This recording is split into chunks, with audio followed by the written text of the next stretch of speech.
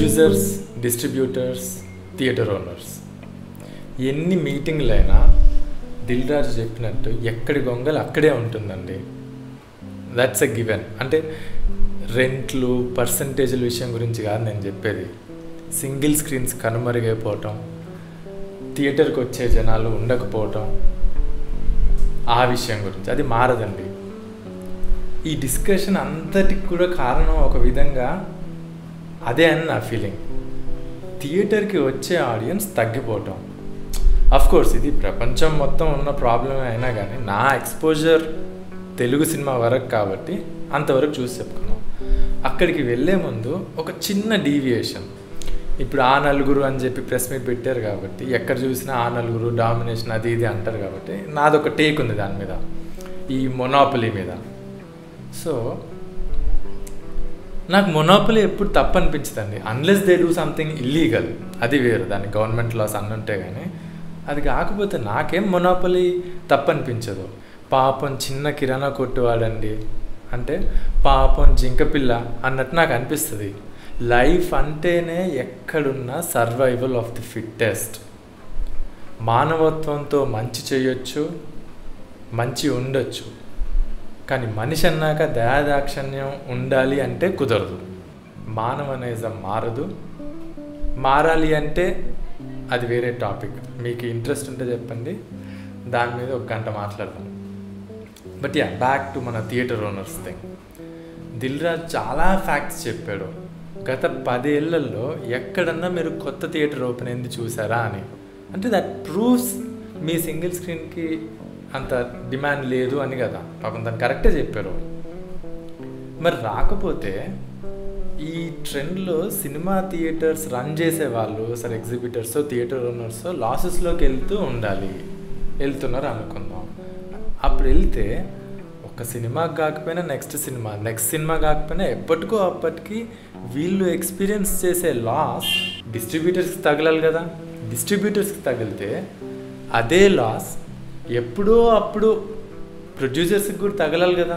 కానీ ఏ ప్రొడ్యూసర్స్ వాళ్ళు లాస్ తగిలినట్టు మనకు బిహేవ్ చేయట్లేదు ఎక్కడ కూడా. ప్రొడ్యూసర్స్కి దెబ్బ తగిలి ఉంటే అయ్యో మాకు డబ్బులు రావట్లేదు అని సినిమా కాస్ట్, రెమ్యూనరేషన్స్, బడ్జెట్స్ తగ్గిపోతున్నాయని అనాలి కదా. కానీ వచ్చే ప్రతి సినిమాతో బడ్జెట్స్ పెరుగుతున్నాయే తప్పితే తగ్గట్లేదే. ఏదో ఒక పెద్ద ఫ్లాప్ తర్వాత బిజినెస్ నుంచి వెళ్ళిపోయే ప్రొడ్యూసర్ గురించి నేను చెప్పట్లే, జనరల్ ఇండస్ట్రీ ట్రెండ్ గురించి చెప్తున్నా. సో మరి ఏం జరుగుతున్నట్టు? ఒక యాంగిల్లో సినిమా తీయటం అనే బిజినెస్ సస్టైనబుల్గానే ఉంది.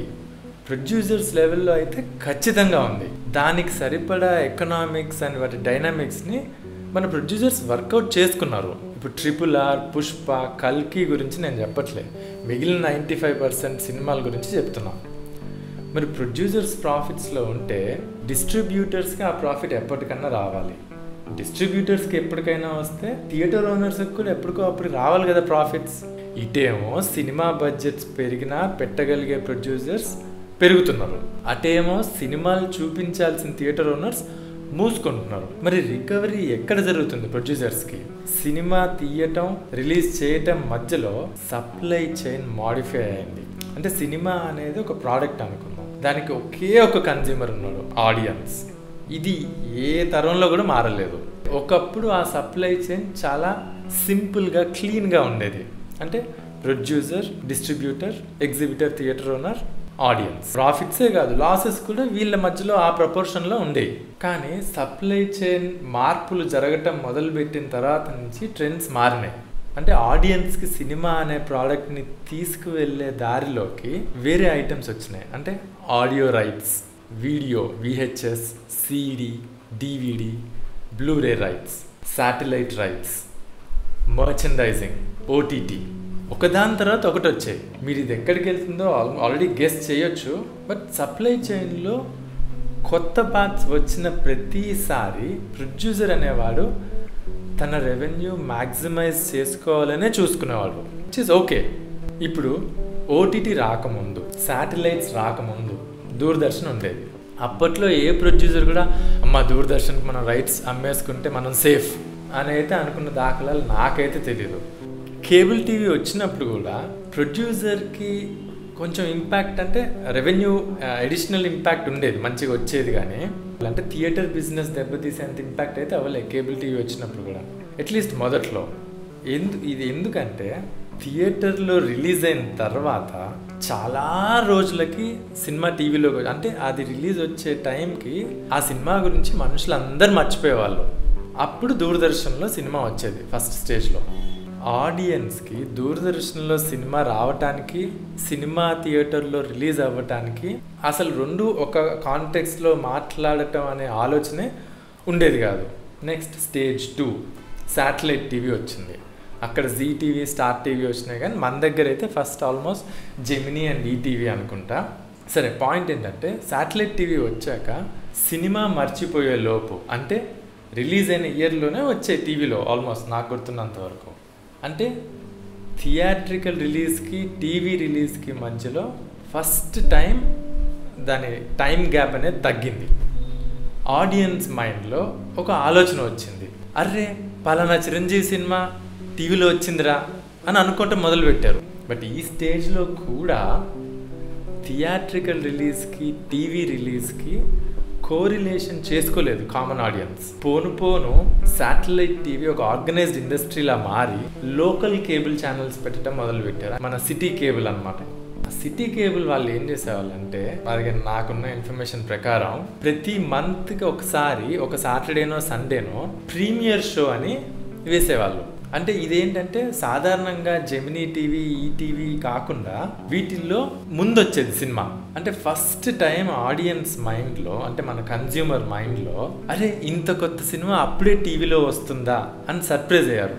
కానీ ఈ పాస్ట్ 3 స్టేజెస్లో కూడా Doordarshan, satellite TV, local TV, cinema అనే ప్రోడక్ట్ని ఆడియన్స్ అనే కన్జ్యూమర్కి అందించే సప్లై చైన్లో మార్పులు వచ్చినా కూడా ప్రొడ్యూసర్స్కి తను పెట్టిన డబ్బులు ఇన్వెస్ట్మెంట్ రికవరీకి పెద్దగా దోహదపడేవి కావు ఆ స్టేజ్ వరకు.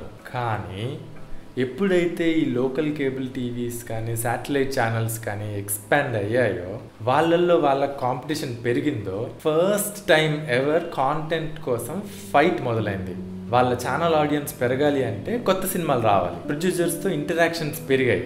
ఈ పెరిగే ప్రాసెస్లో మాకు కావాలి అని ఛానల్స్ పోటీ పడ్డారు. ప్రొడ్యూసర్స్కి ఒక జెన్యూన్ కొత్త రెవెన్యూ స్ట్రీమ్ కనిపించింది. అంటే సినిమా థియేటర్ టికెట్స్ కాకుండా ఇన్వెస్ట్మెంట్ రికవర్ చేసుకునే దారి కనిపించింది. అప్పటి నుంచి మీరు ఊహించినట్టే శాటిలైట్ టీవీ రైట్స్ ఆబ్వియస్గా సినిమా రేంజ్ని బట్టి, హిట్ని బట్టి రేట్ ఉండేది. ప్రొడ్యూసర్ లాభపడేవాడు, సేఫ్ ఉండడానికి ప్లాన్స్ వేసుకునేవాడు, ఇవన్నీ జరిగేవి. కాలక్రమేణా ఫ్లాప్ సినిమాలకి మాత్రం ఆడియన్స్ ఫ్లాప్ అయింది లేరా, తొందరగా వచ్చేస్తుంది టీవీలో చూద్దాము అని అనుకునేవాళ్ళు. కానీ థియేట్రికల్ బిజినెస్ తగ్గే అంత అనుకునేవాళ్ళు కదా. ఎందుకంటే ఫ్లాప్ అయినా కానీ ఓ 2 వారాలు ఆడేది సినిమా మంచిగానే, స్లోగా వర్డ్ పాస్ అయ్యి 100 రోజులు 50 రోజులు కాకపోయినా 2 వారాలు ఖచ్చితంగా ఆడేది. ఎందుకంటే ఇప్పట్లాగా సండేకి సగం చంపేసి మండేకి మొత్తం అటాచ్ చేసేటోళ్ళు లేరు కదా. ఓకే అలా ఉన్న మంచి సప్లై చైన్లోకి వచ్చిన మేజర్ చేంజ్, ఎస్ మీరు అనుకున్నదే, ఓటీటీ. బట్ సేమ్ థియరీ అండి. Technically satellite TV premiere show లాగానే ఓటీటీ కూడా అవ్వాలి కదా. ఇంకొక రెవెన్యూ స్ట్రీమ్ వచ్చేది, కాంపిటీషన్ ఉంటే ప్రొడ్యూసర్ బెనిఫిట్ అయ్యేవాడు, థియేట్రికల్ డాన్స్ అంతే కంటిన్యూ అవ్వాలి కదా. మరి ఇప్పుడేంటి ఓటీటీతో అన్ని ఈక్వేషన్స్ మారిపోయాయి అంటున్నారు? ఈ థియేటర్ రెవెన్యూ తగ్గిపోవటం ఏంటి, ఓటీటీఏ ప్రముఖ కారణం అవ్వటం ఏంటి అంటే ఇక్కడ కొన్ని ఇంట్రికసీస్ ఉన్నాయి. కిటుకు ఇదే. ఇప్పటిదాకా మనం supply chain, product, investment recovery అనే పదాలు వాడాం. ఆ పదాలు వాడేది ఓన్లీ బిజినెస్లో. And cinema is business. And బిజినెస్లో మార్జిన్స్ అండ్ ప్రాఫిట్సే ఉంటాయి, అవే చూసుకుంటారు. సో సినిమా అనే ప్రోడక్ట్ని కన్జ్యూమర్స్ అయిన ఆడియన్స్కి ఇవ్వటంలో ఓటీటీకి ఉన్న ఫ్లెక్సిబిలిటీ దేనికి లేదు. ఇంటర్నెట్ అండ్ స్మార్ట్ ఫోన్స్ వల్ల ఇంకా అది ఎన్హాన్స్ అయిపోయింది. అదే ఇంటర్నెట్ వల్ల క్విక్ ఒపీనియన్స్ అండ్ రివ్యూస్ మనుషులు పోలరైజ్ అవ్వటం మొదలైంది. ఈ OTT reach and social media polarisation వల్ల సినిమా కొంచెం బాగోకపోయినా సినిమా అనే ప్రోడక్ట్ మీద ఆడియన్స్ అనే కన్స్యూమర్ ఇన్వెస్ట్ చేయటం తగ్గించేశాడు. పర్టికులర్గా సింగిల్ స్క్రీన్స్ ఎందుకు ఇంకో ఇంపాక్ట్ అయినాయి? అదే మల్టీప్లెక్స్ అనుకో, అరే మాల్లోకి వెళ్ళొచ్చు, కొంచెం రిలాక్స్ అవ్వచ్చు, మాల్ ఉందిరా మంచిగా తినొచ్చు, నలుగురిని చూడొచ్చు, పద వెళ్దామని వెళ్తారు. ఇదే సబర్బన్లో టౌన్స్లో సినిమా థియేటర్స్కి ఎంజాయ్ చేయడానికి వెళ్ళేటట్టు అసలు ఆ సింగిల్ స్క్రీన్ థియేటర్స్ ఉండవు. నెంబర్ 1, ఎంజాయ్ చేయడానికి వెళ్దాం అనుకునే ఆలోచన అక్కడ ఆడియన్స్లో ఉండదు. Both are related. ఇక్కడ ఇంకొక కిట్ ఉంది. ఏంటి, ఎప్పుడైతే ఈ ఇంటర్నేషనల్ ఓటీటీస్ వచ్చాయో, కాంపిటీషన్కి దిగాయో, ప్రొడ్యూసర్స్కి బంగారు బాత దొరికినట్టు అయిపోయింది. ఇప్పుడు ఓటీటీ ఒక రిచ్ డిస్ట్రిబ్యూటర్ లాగా మారింది. అంటే ప్రొడ్యూసర్స్ కూడా సినిమాని డిస్ట్రిబ్యూటర్కి అమ్మి చేతులు దులుపుకునే వాళ్ళు ఇప్పుడు ఓటీటీకి అమ్ముకోగానే రిలాక్స్ అయిపోతున్నారు. థియేట్రికల్ బిజినెస్ ఒక బోనస్ లాగా అయిపోయింది. అది కూడా మల్టీప్లెక్స్ నుంచి ఎస్టిమేషన్స్ ఫస్ట్ వీకెండ్ వరకు వేసుకుంటున్నారు, రికవరీ అయిపోతుంది, ఫినిష్. ఎక్కడో మారుమూల డిస్ట్రిబ్యూటర్ వచ్చి మాకు తండేలు ఫ్లాప్ అయిందండి, మాకు హిట్ ఆడలేదండి అంటే గాడిద గుడ్ అండి, మాకు ఆల్రెడీ ప్రాఫిట్స్ వచ్చేసాయండి అంటాడు ఇక్కడ ప్రొడ్యూసర్. వాళ్ళకి వీళ్ళకి సంబంధం ఏం లేనట్టు అయిపోయింది. అక్కడెక్కడో సినిమా ఆడలేదంటే అది ఆ ఏరియా మనిషివి, నువ్వు చూసుకోవాలి. ఎందుకంటే సినిమా బాగుందని వాళ్ళకి ఇక్కడ తేలిపోయింది, ఆడగలిగినంత బిజినెస్ వచ్చింది. ఇప్పుడు ఎగ్జిబిటర్ దగ్గరికి మళ్ళీ వద్దాం, వాళ్ళ థియేటర్ ఓనరు ఎగ్జిబిటర్ వాళ్ళ దగ్గరికి మళ్ళీ వద్దాం. కానీ ఈ ఓటీటీ అనే బంగారు బాత్ కాన్సెప్ట్లో కొంతసేపు ఉంది. నాకు కొంచెం నచ్చని, మనసు నొప్పించే ఆస్పెక్ట్ ఒకటి తయారైంది ఈ ఓటీటీ అనే బంగారు బాత్ వల్ల. ఒకరి తర్వాత ఒకరు, ఒక ప్రొడ్యూసర్ తర్వాత ఒకరు ఎప్పుడో అప్పుడు ఓటీటీకి అమ్మాము అంటే వాళ్ళు చెప్పిన డేట్స్కే రిలీజ్ చేయాలి అని ఏదో భయపడ్డట్టు చెప్పడం సర్వసాధారణం అయిపోయింది. అంటే మీరు అనొచ్చు, కానీ నాకు తెలిసి ఆల్మోస్ట్ ఎవ్రీ ప్రొడ్యూసర్ ఏదో ఒక టైంలో అన్నారు. బట్ మీ సినిమాని వాళ్ళు కంట్రోల్ చేస్తున్నట్టు కాదా? ఎందుకు వచ్చిందండి అసలు ఈ పరిస్థితి? శాటిలైట్ రైట్స్ నుంచి బడ్జెట్ కానీ ఇన్వెస్ట్మెంట్ కానీ రికవరీ ఎంత ఉండేది మీకు? మ్యాక్సిమం 25%. అంటే మ్యాక్సిమం అంటే అది సూపర్ హిట్, సూపర్ కాంబో అంటే 25% బడ్జెట్ రికవర్ అవడం అనేది వెరీ మ్యాక్సిమం. సినిమా రిలీజ్ అయిన తర్వాత, హిట్ అయిపోయిన తర్వాత ఆ సిచ్యువేషన్ వేరు. But in general average was around 25% అనుకుందాం. కానీ ఇప్పుడు ఓటీటీస్కి వస్తే ఎంత రికవరీ అవుతుంది బడ్జెట్? 50% అంటున్నారు ఒకళ్ళు, కొంతమంది అయితే కల్కి లాంటి వాళ్ళు 60% అంట. ఇంకా మంచి కాంబినేషన్తో లో బడ్జెట్ సినిమా అయితే ఆల్మోస్ట్ 100%. అంత పే చేస్తున్నారు కాబట్టి ఓటీటీ వాళ్ళు మిమ్మల్ని డిక్టేట్ చేస్తున్నారు, శాసించడం మొదలు పెట్టారు. ఎందుకంటే ప్రొడ్యూసర్ లాక్ అయిపోతున్నాడు అక్కడ. అఫ్ కోర్స్ సినిమా అంటే బిజినెస్ అండ్ ప్రొడ్యూసర్ సేఫ్గా ప్లే చేస్తున్నాడు, రిస్క్ మినిమైజ్ చేసుకుంటున్నారు. ఎవరైనా బిజినెస్లో అంతే చేస్తారు, తప్పేం లేదు, కరెక్టే. కానీ రిస్క్ అవాయిడ్ చేసుకోండి ఓకే. ఈ భయపడ్డట్టు చేసుకోవటం ఏంటి అంటే కంటెంట్ మీద నమ్మకం లేనప్పుడే ఇలా ఉంటుంది. ఇప్పటికీ కూడా ఎక్కడా రూల్ లేదే సినిమా రిలీజ్ కంటే ముందు ఓటీటీ డీల్ చేసుకోవాలని. ఎందుకు రిలీజ్ అయిన తర్వాత సినిమాని ఓటీటీకి అమ్మట్లేదు మీరు? ఇప్పుడు జరుగుతుందో లేదో తెలియదు, కానీ ఒకప్పుడు అంట డిస్ట్రిబ్యూటర్స్కి సినిమా చూపించేవాళ్ళంట మొత్తం అమ్మే ముందు. ఓటీటీకి అలానే చేయండి, సినిమా చూపించి అమ్మండి, లేకపోతే రిలీజ్ తర్వాత అమ్మండి. నా పాయింట్ ఏంటంటే ఎప్పుడు ఎక్కడ సినిమాని రిలీజ్ చేయాలో ఒక ప్రొడ్యూసర్గా నువ్వు డిసైడ్ చేయాలి. ఇంకా బెస్ట్ కేస్ సినారియో హిట్ అయితే నువ్వు ఇష్టం వచ్చిన రేట్ చెప్పు ఓటీటీ ప్లాట్ఫామ్స్కి. చెప్పాం ఎందుకు? భయం. రిలీజ్ అయిన తర్వాత హిట్ కాకపోతే వచ్చే డబ్బులు కూడా రావు. సో ఈ భయం వల్ల ఓటీటీ గ్యారంటీడ్ ఇన్వెస్ట్మెంట్ రికవరీ వల్ల వాళ్ళ చేతిలో డిక్టేట్ అవ్వాల్సిన పరిస్థితి వచ్చింది. ఎందుకంటే ఒక ప్రొడ్యూసర్గా మీ కాంటెంట్ మీద మీకు నమ్మకం ఉంటే మీరు డిక్టేట్ చేయొచ్చు ఎప్పుడు రిలీజ్ చేయాలో, ఇటు థియేటర్స్లో అయినా అటు ఓటీటీలోనైనా. అయినా ఇంత ఆలోచించే మీరు, డబ్బులు పెట్టేవాళ్ళు, బ్లడ్ పెట్టేవాళ్ళు, కష్టపడేవాళ్ళు, నువ్వు సినిమా తీసి వాడెవడో ఓటీటీ వాడు డిసైడ్ చేయటం ఏంటి అసలు రిలీజ్లో? ఎస్పెషల్లీ మీరు సీజన్డ్ వెటరన్ ప్రొడ్యూసర్స్ ఉన్నారు కదండి, మీరు you should go with your gut feel. You can win this, I know it. మీరు ఎన్ని సినిమాలు చూసారు? మీ గట్ ఫీల్తో పోండి. ఇలా చేస్తే మీరు ఓటీటీ విండో మీరు డిక్టేట్ చేసే టైం వస్తుంది. 100 days పెట్టండి, ఎందుకు 6 months పెట్టండి. ఇనిషియల్ డేస్లో శాటిలైట్ ఉన్నట్టు ఏముంది? మీ బిజినెస్ మనకు రికవరీ కావాలి అంతే కదా. సినిమా బాగుంటే అదే అయిద్ది, కంటెంట్ బాగుంటే ఎవరైనా ఆగుతారు. ఆపెన్హైమర్ అనే సినిమా ఉంది కదా, అంటే నాకు అది పర్సనల్గా నచ్చలేదు, బట్ దానికి చాలా ఉందంట కదా రిలీజ్ విండో ఓటీటీకి. That was planned. మీకు మీ కంటెంట్ మీద నమ్మకం ఉంటే అదొక ప్రాసెస్ లాగా మారిపోద్ది. ఆటోమేటిక్గా మనుషుల్లో కూడా ఇది ఓటీటీలో వస్తుందిలే అనే ఆలోచన పోతుంది స్లోగా. ఎప్పుడైతే కాంటెంట్ మీద ఒక సీజన్డ్ ప్రొడ్యూసర్ లాగా మీకు నమ్మకం ఉంటుందో ఆబ్వియస్గా మీ కాంటెంట్ మీద కనీసం 50% సక్సెస్ రేషియో ఉంటుంది. అది మీకు తెలుసు. అది చాలు. 2 yearsలో theatrical business will roll back. Content మీద నమ్మకం లేకపోతే మీరు అలాంటి సినిమాలు తీయరు. You will not look to make quick buck. Cinema థియేటర్కి రావడానికి చాలా స్కోప్ ఉందండి ఇండియాలో. మీరు మీ కాన్ఫిడెన్స్ చూపించాలి. ఓటీటీస్ని మీరు డిక్టేట్ చేయాలి. ఇంకా ఎన్ని స్క్రీన్స్కి స్కోప్ ఉందో నాకు తెలిసి మన ఇండియన్ పాపులేషన్కి. అంటే ఇప్పుడు చైనా కంటే మనం పాపులేషన్లో ఎక్కువ, బట్ చైనాలో ఆల్మోస్ట్ 80,000+ స్క్రీన్స్ ఉన్నాయంట. కరెక్టేనో కాదో మరి. కానీ మన ఇండియాలో తిప్పి కొడితే 8,000 ఉంటాయంట. అండ్ వాటిల్లో మంచిగా కంఫర్టబుల్గా good sound system, good AC, ఇట్లా ప్లెజరబుల్ ఎక్స్పీరియన్స్ ఇచ్చేవి 3,000 ఉంటాయంట. చైనా సినిమా మీద వచ్చే రెవెన్యూ యాన్యువల్లీ ఆల్మోస్ట్ $7.7 billion అంట. అంటే మన భాషలో 60,000 to 65,000 crores per year. ఇండియాలో ఇప్పుడు లాస్ట్ 2-3 yearsలో రేంజింగ్ అరౌండ్ 11,000 crores అంట. అది కూడా ఈ RRR, జవాన్, పుష్ప, కల్కి ఇలాంటి రావటం వల్ల ఇంతన్న వచ్చింది. అంటే చైనా బిజినెస్ మోడల్ మనకు పనిచేయటం కష్టంలే, ఎందుకంటే వాళ్ళవన్నీ మల్టీప్లెక్స్లు ఎక్కువ. వాళ్ళేమి ఇట్లా సింగిల్ స్క్రీన్స్తో ఏమి దున్నట్లేదులే. చైనా అర్బనైజేషన్ లెవెల్ చాలా ఎక్కువ. వాళ్ళ స్టేజ్కి రావాలంటే మన జీడిపి పెరగాలి, మన జీడిపి పర్ క్యాపిటల్ పెరగాలి. మోస్ట్ ఇంపార్టెంట్లీ చైనాలో అర్బన్ పాపులేషన్ ఇంచుమించు 67% అంట, రూరల్ 33. మన దగ్గర అది రివర్స్ ఉంది, 33-66. బట్ నా పాయింట్ ఏంటంటే థియేట్రికల్ బిజినెస్కి ఇండియాలో ఇంకా చాలా స్కోప్ ఉంది. మీ ప్రొడ్యూసర్స్, క్రియేటివ్ ప్రొడ్యూసర్స్ కంట్రోల్ చేయాలి కాంటెంట్ని. ఈ ఓటీటీ ఫ్యాక్టరీస్ కాదు. అది ఫస్ట్ స్టెప్. అందుకే నాకు సితారే జమీన్ పర్ నుంచి వచ్చిన ఇన్ఫర్మేషన్ ఏమన్నా కిక్కిచ్చిందంటే అసలు వావ్ అనిపించింది. అంటే పర్సనల్గా నాకు ఆమిర్ ఖాన్ ఇష్టమైన ఈ సితారే జమీన్ పర్ లాంటి సినిమాలు ఆడతాయని నాకు నమ్మకం లేదు.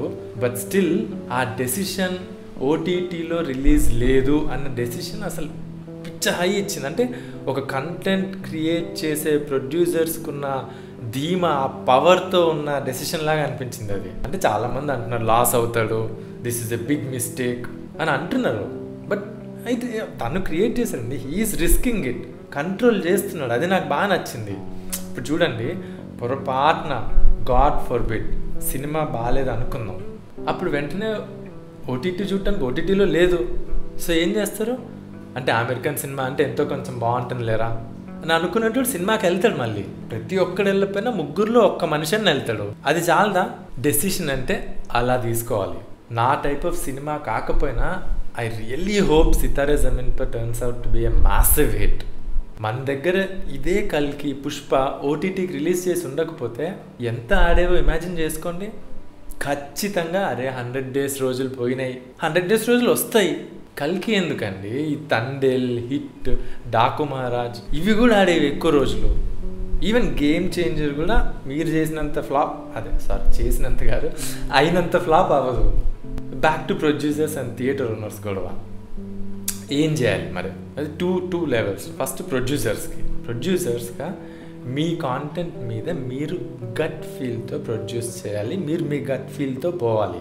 ఫస్ట్ స్టెప్గా మీరు ఓటీటీకి రిలీజ్ తర్వాత అమ్మడానికి చూడండి. మీకు వచ్చే 200 crores వస్తాయండి, వాళ్ళని రిలీజ్ ఈక్వేషన్లో నుంచి తీసేయండి. మీ బ్లడ్ అండి సినిమా, వాడేవాడు డిక్టేట్ ఎందుకు చేయాలి? మీరు డిక్టేట్ చేయండి. స్పెక్టకల్ ఫిలిమ్స్కి ఎప్పుడు ఎక్కువ ఛాన్స్ ఉంటాయి కాబట్టి అట్లీస్ట్ వాటితో ఫస్ట్ స్టార్ట్ చేయండి.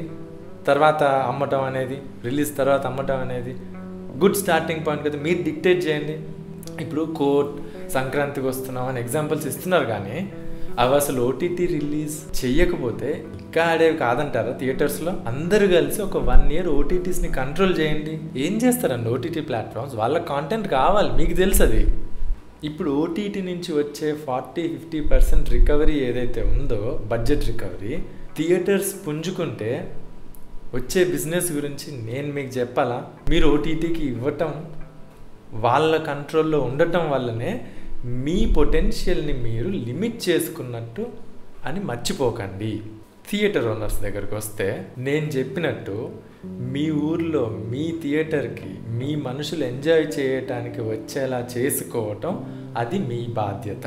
ఒక సినిమా మల్టీప్లెక్స్లో ఆడుతుంది, ఓటీటీకి 300 కోట్లు ఇచ్చారు అంటే సినిమా మీద జనాలకు ఆసక్తి ఉన్నట్టు. సో మరి మీ ఊర్లో మీ సినిమా థియేటర్కి రావట్లేదంటే ఆ థియేటర్ ఓనర్గా అది మీ రెస్పాన్సిబిలిటీ. మీరు ఏసీలు మంచివి పెడతారా, పోస్టర్లు వేయించుకుంటారా, పాతకాలంలో లాగా రిక్షాల మీద అనౌన్స్మెంట్లు చేసుకొని పంపిస్తారా, టికెట్స్ ఆఫర్స్ పెడతారా, థియేటర్లో రెస్టారెంట్లు పెడతారా, బజ్జీ కొట్లు పెడతారా, మీ టౌన్ రేంజ్ని బట్టి మీరు ఆలోచించుకొని మీ ఫ్యామిలీస్, మీ ఫ్రెండ్స్ కలిసి టైం స్పెండ్ చేయగలిగేలాగా థియేటర్స్ని మీరు చేసుకోవాలి.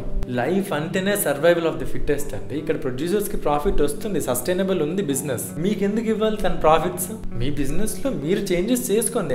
ఎట్లా ఎంటైజ్ చేసుకోవాలి. జాలితో ఎవరు ఇయ్యరు. మీరు మాట్లాడుకోవడానికి, ప్రెస్ ముందుకు వెళ్ళడానికి ఉండొచ్చు, కానీ ఎక్కడా బిజినెస్ జాలి మీద నడవదు. సినిమా ఆడించకపోతే ఆడించకండి అని స్ట్రైక్ చేస్తా అంటారా? ఎట్లా స్ట్రైక్ చేస్తారండి? మీరు ఆపేస్తే వాళ్ళకి ఓకే, కొంచెం నష్టం, మీకు అసలుకే నష్టం కదా. నా మాట విని చిన్న ఎంటర్టైన్మెంట్ హబ్ లాగా మీ సినిమా థియేటర్స్ని మీరు చేసుకోండి. మాల్ లాగా మీరు చేయలేరు, బట్ మీ ఊరికి తగ్గ ఎంటర్టైన్మెంట్ హబ్ లాగా మీరు చేసుకోండి. పల్లెటూర్లలో ఇప్పటికి కూడా ఆ చిన్న జైంట్ వీల్స్, ఇట్లా చేతులతో తిప్పే జైంట్ వీల్స్ వస్తే జనాలు అందరూ అక్కడికి వస్తారు, వచ్చి 30 రూపాయలు పెట్టి వాళ్ళ పిల్లల్ని ఎక్కిస్తారు. That is still a thing. Cinema థియేటర్కి ఎందుకు రారు? ఇవే సినిమాలు సంక్రాంతికి వస్తున్నాం, కోర్టుకు వచ్చారు కదా, సో వస్తారు. సో మీరు ఎంటైజ్ చేయండి ఏదో ఒక ఎంటర్టైన్మెంట్తో. మీ రేంజ్లో మీ మినీ మల్టీప్లెక్స్లు, మినీ మాల్లు మీరు తయారు చేసుకోండి, ఖచ్చితంగా వస్తారు audience. So that's my opinion. కొంచెం రీసెర్చ్ చేశాను, ఇన్ఫర్మేషన్ ఎక్కడైనా తప్పు ఉంటే ఆబ్వియస్గా I'd like to be corrected. మీరు చెప్పండి, నేను వింటాను. క్లోజ్ చేసే ముందు మధ్యలో సినిమా ఇస్ బిజినెస్ అని చెప్పుకుంటూ వెళ్ళాను, కానీ అలానే క్లోజ్ చేయాలంటే మనసు రావట్లేదు అన్నట్టుంది.